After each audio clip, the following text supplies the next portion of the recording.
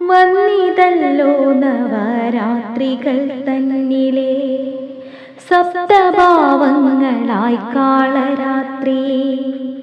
കാഴ്ചയിലോ കറുപ്പാർന്ന ദേഹം, കണ്ണിലഗ്നി നാളങ്ങൾ ഉതിർന്നിടുന്നു.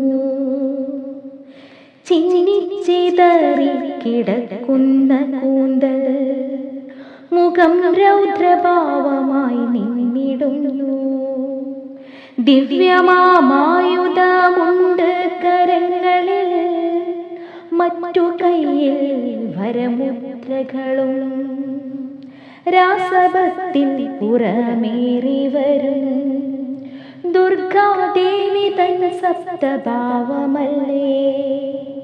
രക്തബീജനെ വധിക്കുവാനെത്തിയ രൗദ്രഭാവമീ കാളരാത്രി.